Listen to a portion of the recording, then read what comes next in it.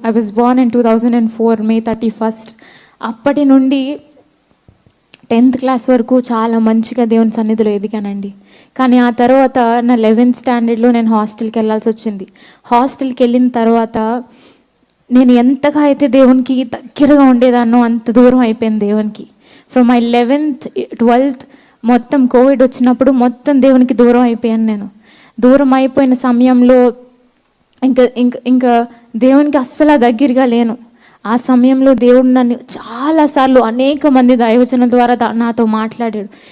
నాతో మాట్లాడినప్పటికీ నేను దేవుని త్రోసివేసి, అప్పుడే కాదు ప్రభువా, నేను అప్పుడే సేవ చేయను, అప్పుడే నేను ఏం చేయను, నేను మొత్తం నా స్టడీస్ అంతా అయిపోయిన తర్వాత నేను అప్పుడు వస్తాను అని చెప్పేదాన్ని. కానీ ఈ సంవత్సరంలోనైతే నేను అన్ని యోహాను సువార్త 2వ అధ్యాయం 17వ వచనంలో ఉంటుంది కదండి, లోకమును దాని ఆశలు గతించిపోవును, కానీ ఆయన చిత్తమును జరిగించేవాడు నిరంతరము నిలుచును. ఆమెన్.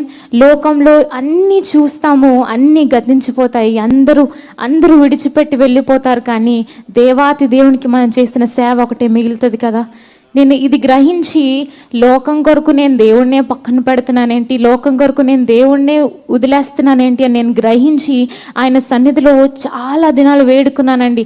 ప్రభువా, నన్ను క్షమించు, నన్ను వాడుకో, నువ్వు ఎలా అంటే నేను అలా సేవ చేస్తాను ప్రభువా, నేను